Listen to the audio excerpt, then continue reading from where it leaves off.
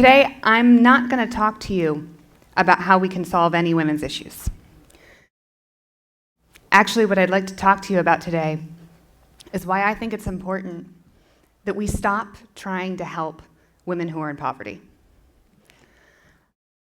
The reason that I say that is that the framework that we have set up right now in aid and development, it's this model of charity, of we give and you take.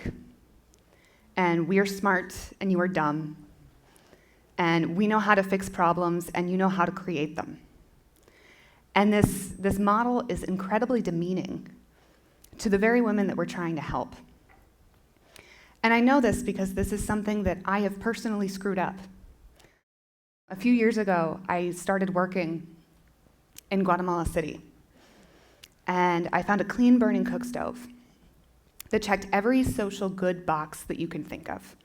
It was good for the environment, it was good for public health, it saved children's lives, it ended deforestation, and it was gonna end global warming. I thought I had the answer. So I went down and I trained this team of women. I taught them everything I knew about sales and business. And we went out into the community and we tried to tell people why they should buy our stove, about how their lives would be better.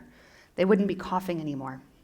They wouldn't get black boogers from inhaling dirty smoke all day long. They wouldn't need to go to the doctor as much. And people smiled and they were very polite, but nobody bought a stove. So I went back to my team and I said, I don't know what to do. You guys tell me what to do. And they knew the client better than I did. So they told me that we should change our perspective, and rather than listing all the benefits, let's just talk about how much money they're gonna save. And it worked. These women in developing countries, there is a culture of street vendors. These women literally grew up watching their mothers and watching their grandmothers sell anything you can think of, from gum to vegetables to tortillas. They watched them sell it all day long in the markets and on the street. These women knew how to sell. Sales and business was in their blood. We need to stop trying to just solve problems for women in poor countries. And we need to start giving them a way that they can start solving the problems that face their own communities. So I'm not suggesting that we should just say, okay, all right, poor countries, I don't think you need our help anymore, so bye, good luck. What I think we need to do is we need to start reframing the way we talk about development. And there's 3 basic areas that I think we could focus on. And those areas are microfinance, incubators in a program that's called micro-consignment, and online education. So we'll start with microfinance. Microfinance has absolutely exploded in the past 10 to 20 years with the rise of organizations like Kiva and the Grameen Bank. So let's take a look at what that actually looks like on the ground. So let's say we have a woman, we'll call her Maria, who lives in a rural village in Guatemala. Maria has very little education, and there's not really jobs in her community. So the only option that she really has to support herself financially is to find a husband who can do it for her, until microfinance comes along, because Maria knows how to make tortillas. And now Maria has an option. She can go get a loan. She can use that loan to buy cornmeal. She can make the tortillas, sell them at a profit, pay back her loan, and make just enough money to put food on the table. So if she wants to sell more tortillas, she needs to go get another loan. But Maria's treading water, and that's incredible. She's supporting herself. She's feeding her family. But it's not good enough. We need to start thinking, now that we're in a position that microfinance has matured and is available in almost every corner of the world, we need to start thinking about what's next. How do we grow Maria's tortilla business? And that's where we come to something called micro-consignment and something that's called an incubator. This is a very, very broad movement, and I like to sum it up by calling it learn while you earn. It's basically different training and education models that you can use to help entrepreneurs grow their businesses. So the first one is micro-consignment, and this is what we do at Unmarked Streets, the nonprofit that I started in Guatemala. The basic model is you work with a group of women who have no previous experience in what you're trying to sell. So let's say we're trying to sell tortillas again. So you work with a group of women, you train them best practices in tortilla making. You teach them sales and marketing. You give them some tips and suggestions on how to go out into the market and sell their product. You loan them the cornmeal. They go out and make it. Then they come back, pay you back for the cornmeal, and keep a portion of the profits for themselves. This is a very, very small field of development that is growing explosively right now. And the reason for that is this means that the women can get the job training that they need without going into debt.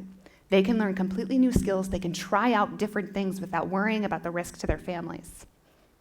And the organization isn't just bleeding money. The organization is making money on it too. The second is an incubator. So let's go back to Maria and her small tortilla business that she wants to grow. So she could create an organization within her own community. She can get just a few women together. Maybe there's another woman who owns a corner store and another woman she knows who raises chickens. The three of them can have meetings once a week, talk about the problems that face them as business owners. And then from there, maybe they can put a little savings in every time they meet. Just a few pennies. Over time, it'll grow, and they'll have a chunk of savings put together. So now Maria, she's able to save up enough money that she doesn't need to take out another loan in order to buy the cornmeal to continue her business. She's broken that cycle of debt. So maybe she can hire her cousin to make the tortillas for her, and she can go out into the villages and she can ask local restaurants if they'd be interested in buying her tortillas. That way she doesn't have to wonder whether or not that day she's gonna get lucky and find a customer. She'll know because she will have invested in repeat business. So now we're not talking about a woman who's just treading water, who's just putting food on the table. Now we're talking about a woman who has an employee, and little by little, she's growing her business. Which takes us to the next step. Can you imagine if Maria could get a bachelor's in business from her small village? Online education is growing so quickly. It has changed so much in the past 5 years. Things that Maria never could have imagined are all of a sudden available to her.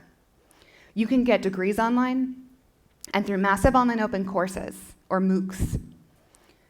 Maria can also take individualized courses just to learn the things that she needs for her business.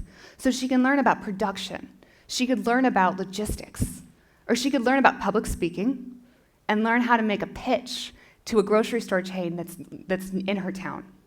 And that way she could get Maria's tortillas on the shelves. We're not talking about a woman who's just treading water. We're not talking about a woman anymore who's just making it work. We're talking about a leader in her community. We're talking about somebody who's generating employment, creating jobs, and is creating economic stability and growth in her community. Let's stop trying to solve problems for women who are in poverty. They really don't need our help. What they need is a chance.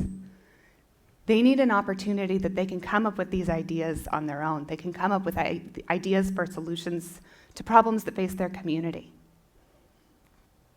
We need to change our perspective on development. We need to stop looking at it so much as charity and aid and giving things away. And we need to stop trying to solve problems, and we need to start looking at how Maria can solve problems in her own community. Thank you.